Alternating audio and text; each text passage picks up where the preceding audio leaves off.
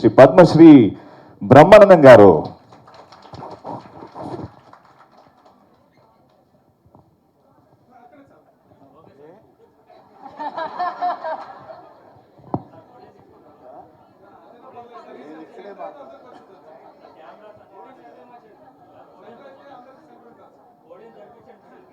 అని అది సెంటర్లో మార్చమంటారు.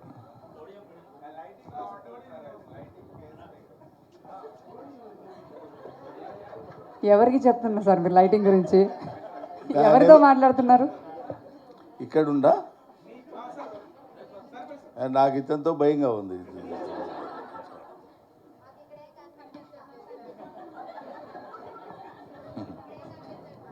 అటోళ్ళు కనపట్లేదండి, మరి వాళ్ళని ఏం చేయమంటారు? ఇటోళ్ళు కనపట్లేదు వీళ్ళు అంటారు, వాళ్ళకి కనపడినా కనపడ పర్లేదు మాకు కనపడాలని వీళ్ళు అంటారు. వెనకాల పాపం వాళ్ళు నా హైట్ ఉన్నోడు బ్యాచ్కి అసలు కనపట్టలేదు.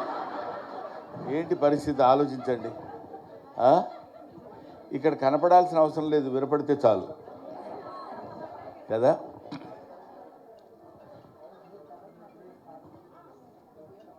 సభకి ఆసీనులైన ఢిల్లీ యూనివర్సిటీ ప్రొఫెసర్ గారు, మా అమ్మాయి రేణు దేశాయ్,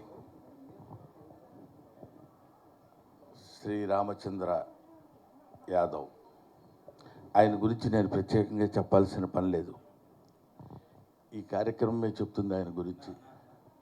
చాలామంది పొలిటికల్ లీడర్స్ అద్భుతమైనటువంటి కార్యక్రమాలు నిర్వహించి కొన్ని లక్షల మంది జనాన్ని పోగేసుకుని నేను నా పార్టీ ఇది నేను ఇది అని చెప్పుకోవడానికి ప్రయత్నించే రోజుల్లో అలా కాకుండా ఇటువంటి కార్యక్రమాలు చేయాలి, ఉపాధ్యాయుల్ని గౌరవించాలి. ఎంత మంచి మాట అండి అది. ఉపాధ్యాయుల్ని గౌరవించాలనే మాట విని ఎంతకాలం అయింది? ఉపాధ్యాయులకి అవార్డులు ఇవ్వాలి అనే ఆలోచన వచ్చిన మనుషులు ఎంతమంది ఉన్నారు? పైగా ఆ ఉపాధ్యాయులు ఏ సందర్భంలో పెట్టారంటే ఎక్కడో గబ్బక్కున కనపడ్డారు. మన స్కూల్లో ఉన్న 4 ఉపాధ్యాయులను తీసుకురంటారు, దండలేసి ఫోటో తీసుకుని ఉపాధ్యాయులు సత్కరించిన రామచంద్ర యాదవ్ అని పెట్టచ్చు. కాదు, సావిత్రిబాయి పూలే ఆ మహాతల్లి ఇవాళ ఎంతమంది సమాధుల మీద మనం నిలబడి జాతీయ జెండా ఎగరేస్తున్నామో తెలుసు కదండి. అలాగా ఎంతోమంది మహనీయుల యొక్క,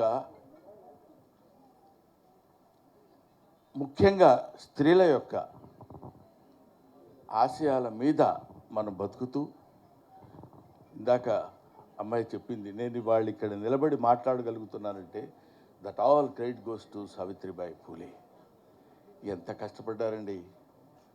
మనుధర్మ చరిత్రలో ఆయన మను ఏం చెప్పాడంటే, స్త్రీలకి చదువు ఉండకూడదు, స్త్రీలు అసలు బయటకు వచ్చి కనపడకూడదు. ఆల్మోస్ట్ ఇప్పటికే అవే కొంచెం ఫాలో అవుతున్నట్టున్నారు. స్త్రీలు చదువుకోకూడదు, స్త్రీలు బయటకు వచ్చి మాట్లాడకూడదు. అందుకనే ఇప్పటికీ మనకి కొన్ని బాగా మారుమూల పల్లెటూళ్ళలోకి వెళ్ళినప్పుడు ఎవరైనా ఇంట్లోకి వచ్చి మాట్లాడితే గబుగ్గురు గుమ్మం పక్కకి వెళ్ళి వారు లేరండి ఇంట్లో అని చెప్తారు. అది సంప్రదాయం అని. అదే కాకుండా ఇంకా ఇంకా ఇంకా స్త్రీ చదువుకుంటే వేదాల్లో చెప్పబడింది ఏంటంటే వర్షాలు పడవు, కరువు కాటకాలు వస్తాయని. ఆ భయం కూడా పెట్టారు.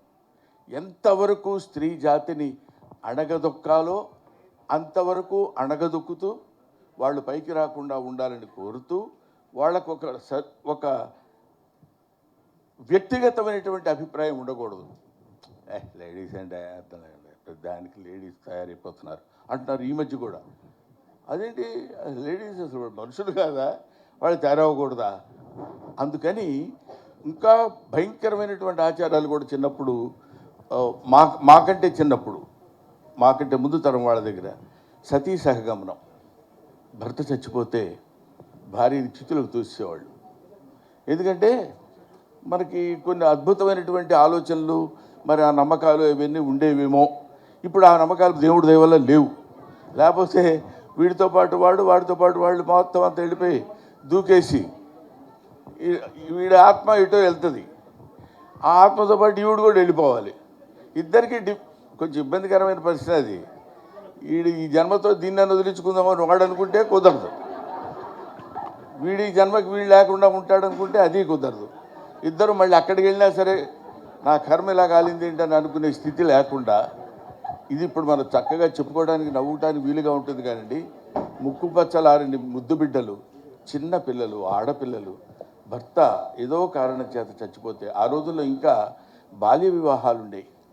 చిన్నపిల్లల్ని తీసుకెళ్ళి పెద్దవాళ్ళకి ఇచ్చి వివాహం చేయడం, అది ఎంత దుర్మార్గం ఒకసారి ఆలోచించండి. అందుకే కన్యాశుల్కంలో గురజాడ అప్పారావు చెప్తాడు, పుత్తడి బొమ్మ పూర్ణమ్మ అనే స్టోరీలో ఏం చెప్తాడంటే, మీరు జాగ్రత్తగా పరిశీలించండి, 10 ఏళ్ళు 9, 10 ఏళ్ల పిల్ల పసికందు, దానికి ఏమీ తెలియదు. దాన్ని 60 ఏళ్ళ 70 ఏళ్ల వాడితో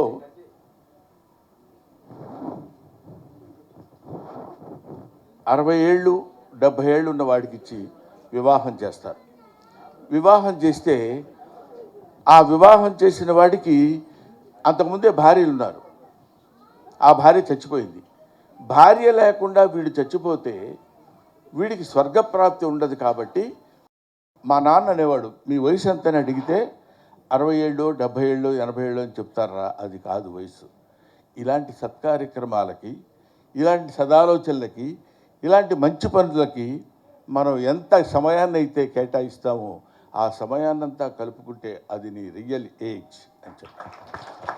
ఇవాళ ఈ కార్యక్రమం ద్వారా మనకు అంతో ఇంతో వయస్సు పెరిగింది. ఇలాంటి కార్యక్రమాల ద్వారానే పెరుగుతుంది.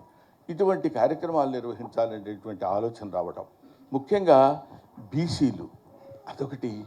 ఎందుకు మరి ఆలోచన రాదో తెలియదు.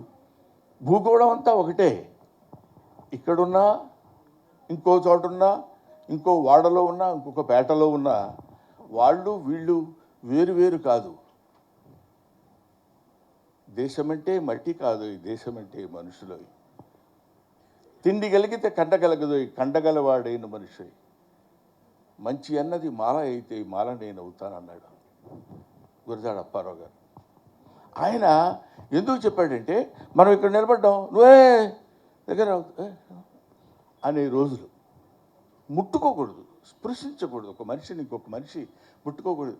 జంతువులకు కూడా లేదు ఆ అభిప్రాయం, చక్కగా కలిసిమెలిసి ఉంటాయి.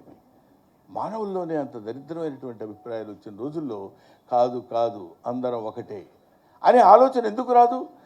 ఇక్కడిని మట్టిని నేను ముట్టుకున్నప్పుడు అక్కడెక్కడో హైదరాబాద్లో ఉన్న మట్టి ఒకటే కదా. ఇక్కడ నేను నిలబడ్డప్పుడు అతనికి కూడా నిలబడ్డట్టే కదా.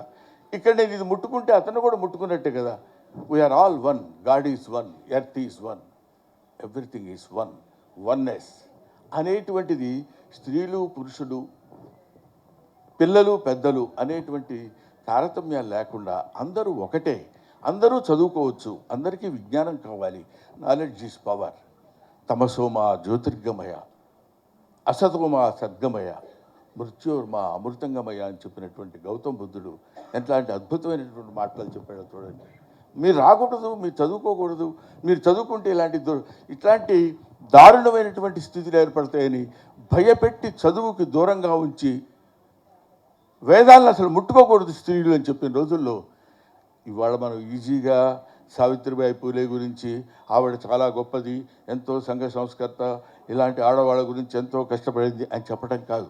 ప్రాక్టికల్గా ఆలోచించి చూడండి, అది ఎంత కష్టమైనటువంటి విషయమో. ప్రాక్టికల్గా ఆలోచిస్తే అది ఆ రోజుల్లో ఆవిడ ఎంత దారుణమైనటువంటి స్థితిని ఫేస్ చేసి ఉంటుందో ఊహించండి.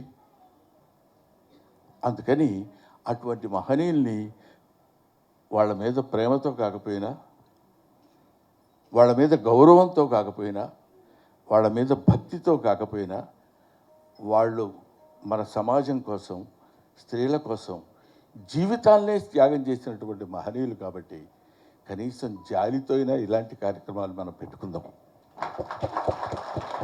అందుకని బీయింగ్ ఏ టీచర్, నాకు రామచంద్ర యాదవ్ అంటే కుర్రాడు, ఎంతో ఏదో పార్టీ పెట్టి ఏదో చేద్దాం అనేది కాకుండా యువతని మేల్కొల్పాలి. You can criticise an old man because you know what he is. Don't criticise an young man because you don't know what he will be.